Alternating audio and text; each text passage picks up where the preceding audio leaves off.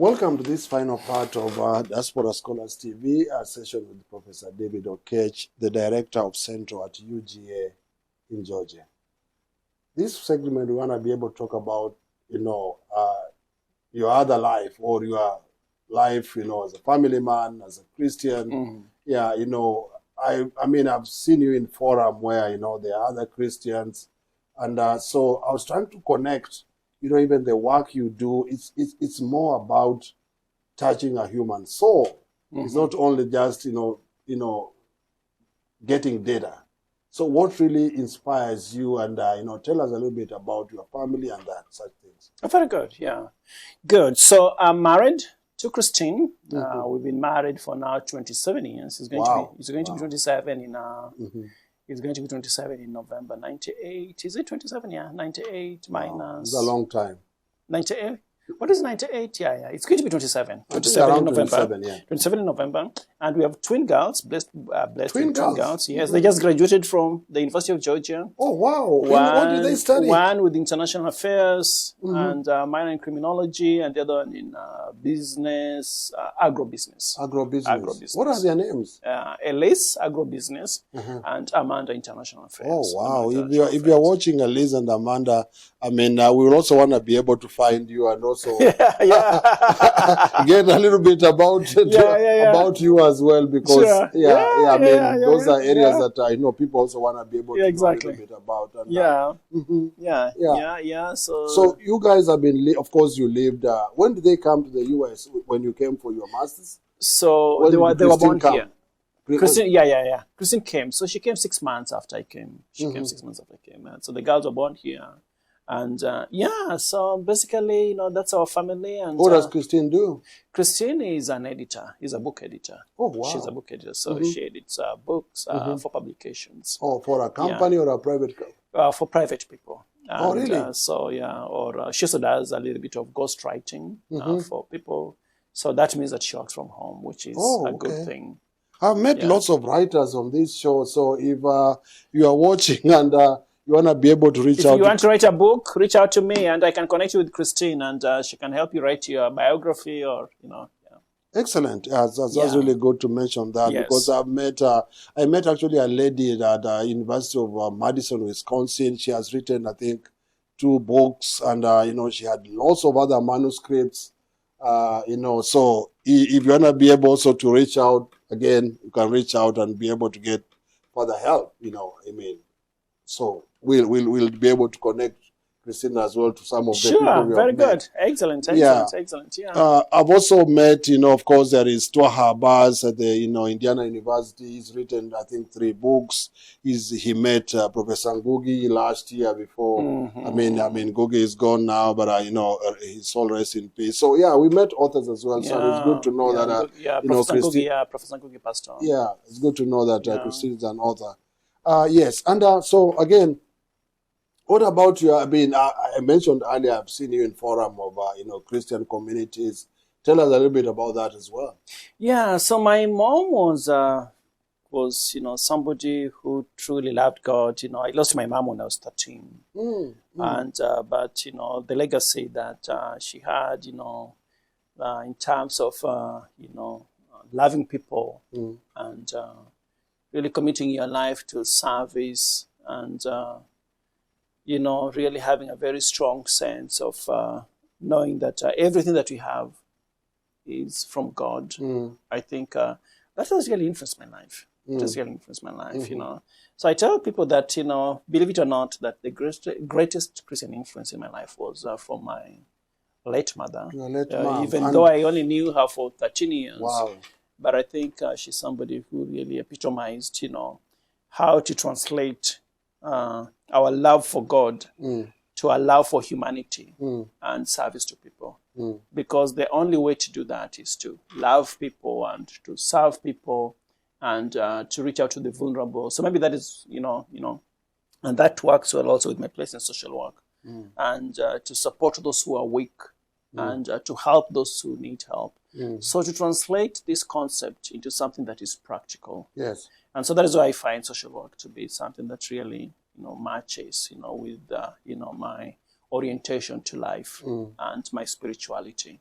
Wow. Yes. Wow. Yeah. Amazing. And indeed, you're doing very humane and human work, which is really commendable. Yeah. Excellent. On that camera, try to speak to at least 3 groups of people. The first group is researchers in the US, particularly of African descent.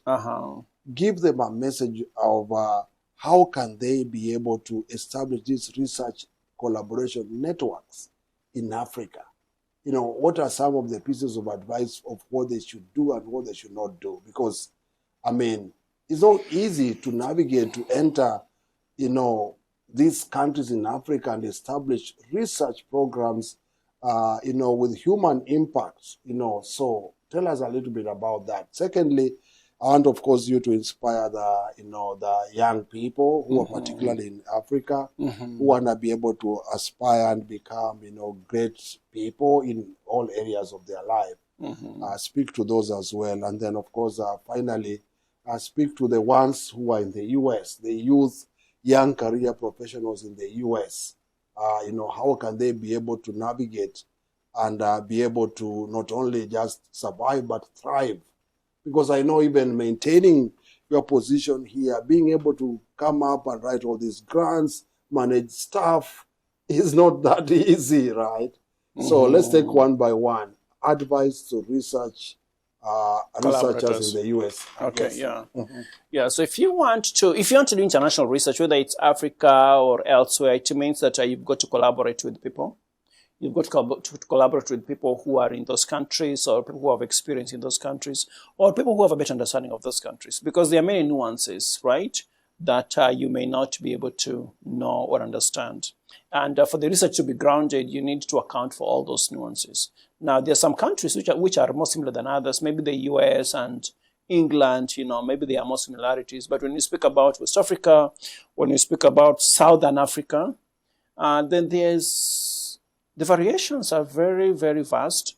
And so that means that you need to involve the community. So that is the first place to be. And the other thing is just patience, right? Because culturally, things happen differently. You know, sometimes the speed is not the speed that I would want, you know. So you need a little bit of patience, you know. There's more protocol. Sometimes the government has got to be involved and to do something. So that is the other thing that you need to know. I think the third thing that I say is what I mentioned before. You need to be respectful, you know, of those cultures and how they do their things. Some things you may be like, I don't think I'll do it this way, but that is how they do it. Yeah, and as long as it works and it does not violate anything, any codes or any scientific you know, principles, I think that is okay. Then, of course, always you have to get IRBs from both countries, from your country, the other country. So, because I think you can't just assume that you're going to do research without getting IRBs in those countries. And maybe the other thing that I would add is just how to negotiate the different interests in those countries. You know, sometimes there are different expectations. Yeah. You might find that maybe people expect to be paid what is not in the, you know, what is not in the budget, you know. Because people don't want to do things for free, and nobody should do anything for free, right? So if it is, you know, are they volunteers? Are they doing it for free? So I think to have those specifications very, very clear is very, very, very important. But above all, you need to travel. You need to go to those places. You need to spend time. You need to observe. You need to learn. You cannot just work in these places without going into, without actually jumping on a plane and spending some time there. Wow. You know, yeah. So I would say that is important. But international research is very rewarding. You get to learn a lot. It gets you off your comfort zone. Yeah. It's a little bit slower literally, right? Yeah, literally, yeah, definitely. It gets you off your comfort zone, and it's a little slower than what we do. And then when you involve with communities, it becomes even a little bit slower. So in terms of getting things out, like the outputs, like publications, can be a little bit slower. But I think once you have your data, I think you can begin to do that. But above all, just knowing that, you know, you can make an impact in a different part of the world where you may be passionate about at some particular point, I think is a good thing. So I would encourage that. Especially, we have lots of understudied populations, especially in Africa, right? in some of the places that you're going, we're doing the largest scale research ever. So like in Sierra Leone, for example, our research on child labor and child trafficking is the largest ever in the whole country. Wow. Because we had a sample of close to 4,000 households. 4,000 households? 4,000 households, right? Wow. So we are studying... That's a lot of work. Exactly. It is a lot of work, but it is worth it. So we are studying places which have not been studied, and people who have not been studied, and phenomena that has not been studied, which means that there's a real need. Because sometimes it is possible to, like in the western part, to find populations that have been overstudied, right? All the time. You know, there's lots of data, lots of publications in the area, in the population, in the location. But in these places, actually, I think we're breaking ground, and we are pioneers of some sort in some ways. Wow. But it's rewarding. It's a little tiring. You know, traveling all the time can be a little bit tiring, but being away from your family is a huge challenge also, quite often, because, you know, there are times when I travel a lot. So, yeah, so that could be. And I think the second question was how to... young career professionals in the, you know, who are based in the U.S. Who are based in the like US. Somebody getting a PhD today, and then give them a piece of advice, because there's a whole career before them. Yeah, of course it depends with what you want to do. If you get into academia, it's different. If you get into industry, it's different. Whatever you want to do is different, yeah. But of course, if you get into academia, you want to make sure that you are considering a school where there'll be mentoring for you, where there'll be people who can like walk along with you for some time, especially your first 3 years. I think it is very, very important considering that. Also a place where you'll be comfortable. You know, if you have a family, a place you'll be comfortable, I think that is important. A place that supports your research, not just in terms of mentoring, but also in terms of providing things like seed money, you know, for you to start up your research.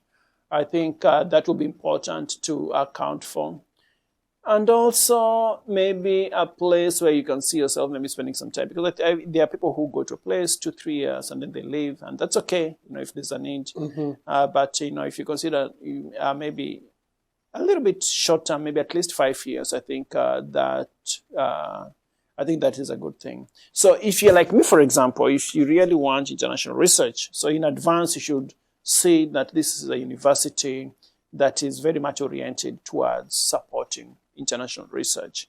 And so there should be other people who are already doing that, because universities sometimes have different emphasis. There are some who are very strong in the kind of work that we do, and then there are some who are strong in other areas. Yeah. Right? So I think that is very, very important to do. Of course, if you get into the industry, I think it's very different in the rules and games. The rules, they are very, very different. But I think academia has lots of rewards. You can make an impact the way you want. There's a lot of people say autonomy, but I think I call it a little bit... I don't think it's autonomy. I think there is flexibility. Okay. I think the real word is flexibility. There's more flexibility in that you determine your own area of inquiry, and you do it. There's no place whereby you determine what you're going to do, and you do it. You know, I'm not sure that happens in the private sector. You're right? No, it's not that easy. Yeah, but in academia, I choose that I want to do research on human trafficking, and I do it. And you do it. You know, I do it. I do it where I want and how I want. Okay. Yeah, so I think that is one thing that I can say is a very good thing. Like that level of flexibility, I don't think is found in many areas. So I invite as many people as possible to do that. But perhaps the more compelling reason of joining academia... to the young people as we close in Kenya, you know, in a few words as we close. Yeah, so for the young people in Kenya, so I was going to say real quick, perhaps the real thing in academia also is to make a difference in terms of... bringing up the next generation of researchers and people who can make an impact. People in Kenya, if you want to come to Kenya, you can do anything that you want.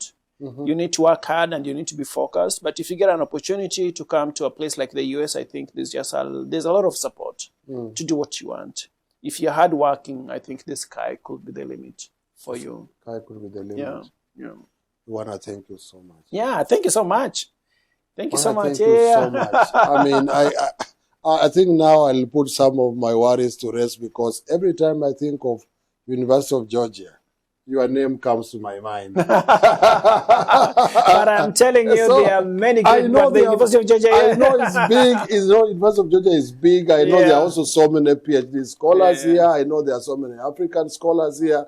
But I think at least that will come to rest, because you know, your work has been life-changing to many people. Yeah, yeah. Mostly people cannot even speak for themselves. Yeah. And that's why we came. And also, another thing that brought me here is because